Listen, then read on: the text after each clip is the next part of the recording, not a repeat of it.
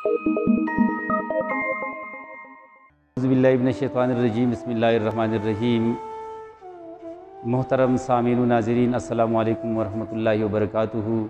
Urdu grammar के साथ आपकी खिदमत में हाज़िर हूँ। आपसे गुजारिश है इस चैनल को सब्सक्राइब करें और इसे अपने दोस्तों के साथ शेयर करें और आज की वीडियो को आखिर तक देखिए ताकि जितनी भी अहम बातें हैं वो आपकी समझ में आ जाए। आज ग्रामर के हवाले से जो हमने उन्वान का इंतखाब किया है वो है इसमें जमा, फिर जमा और इसमें जमा में फ़र्क। तो आइए पहले इसमें जमा की तारीफ़ जानते हैं कि इसमें जमा से मुराद क्या है। इसमें जमा बुनियादी तौर पर इसमें ज़ात की एक किस्म तस्वुर की जाती है कि ये इसमें ज़ात की एक किस्म है, लिहाजा इसमें जमा से मुराद वो इसम जो मानी के लिहाज से जमा हो। इस लिहाज से जमा हो, मानी के लिहाज से, यानी वो इसम जो मानी तो जमा की देता है जबकि लफ्ज़ के लिहाज से वाहिद हो, उसे इसमें जमा कहते हैं। तारीफ़ क्या बन गई?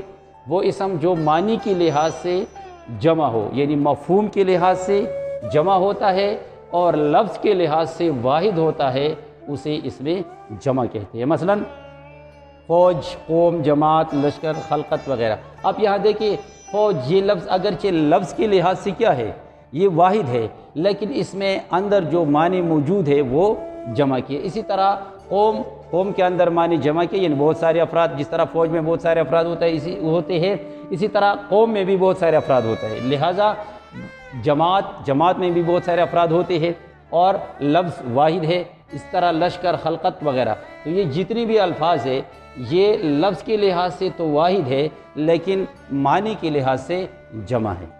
लिहाजा मंदर जबाला तमाम अस्माए जमा, ये अस्माए जमा है, बतौर वाहिद इस्तेमाल होते हैं। मसलन यहाँ हम इसकी इस्तेमाल करते हैं, इस्तेमाल से हमें मालूम होगा कि ये लफ्ज़ वाहिद है या जमा है और ये मानी के लिहाज से क्या है।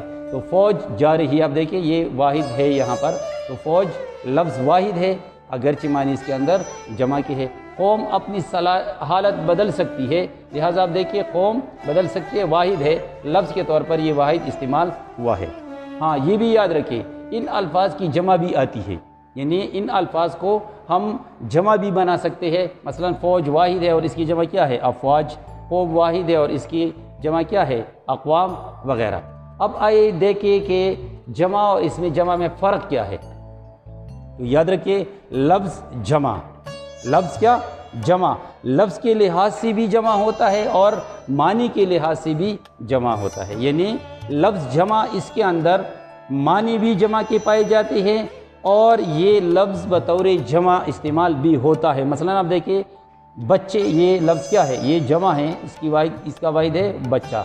तो बच्चे का लफ्ज़ बतौर मानी भी जमा है और लफ्ज़ के लिहाज से भी जमा के मानी देता है। इसी तरह लड़के, ये जमा है, इसका वाहिद है लड़का, तो लफ्ज़ लड़की भी दोनों लिहाज से जमा है, मानी के लिहाज से भी और लफ्ज़ के लिहाज से भी। इसी तरह लफ्ज़ अक़वाम, अक़वाम को आप देखिए ये लफ्ज़ के लिहाज से भी जमा है और मानी के लिहाज से भी जमा है और इसका वाहिद है कौम वगैरह। अब इसमें जमा के लिहाज से हम जानते हैं कि मानी के लिहाज से जमा होता है, यानी इसमें जमा क्या होता है, मानी के लिहाज से जमा होता है लेकिन लफ्ज़ के लिहाज से वाहिद होता है। इसमें जमा क्या होता है, मानी की लिहाज, इसमें मानी जमा के होती है और लफ्ज़ के लिहाज से ये इसम वाहिद होता है और इसकी जमा बनाई जाती है या बनाई जा सकती है। मसलन आप देखिए कौम, ये वाहिद है, इसके अंदर मानी जमा की है, कौम जमा इसकी क्या है, अक़वाम। फ़ौज, अफ़वाज।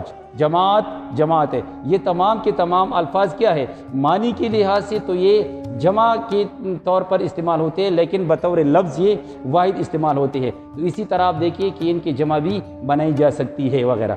हाँ, ये बात याद रखिए कि सिर्फ एक लफ्ज़ ऐसा है लोग, जो अगरचे इसमें जमा हैं लेकिन ये दोनों लिहाज से जमा के तौर पर इस्तेमाल होता है, यानी मानी भी ये जमा की देता है और लफ्ज़ के तौर पर भी ये इस्तेमाल होता है जमा के लिए। लिहाजा ये इस हालात से या इस कायदे कानून से मुस्तस्ना है। बाकी जितने भी अल्फाज हैं इस तरह के वो बतौर लफ्ज़ तो वाहिद इस्तेमाल होते हैं लेकिन बतौर मानी जमा की इस्तेमाल होती है। तो इसी तरह आपने ये जान लिया कि इसमें जमा से मुराद क्या है।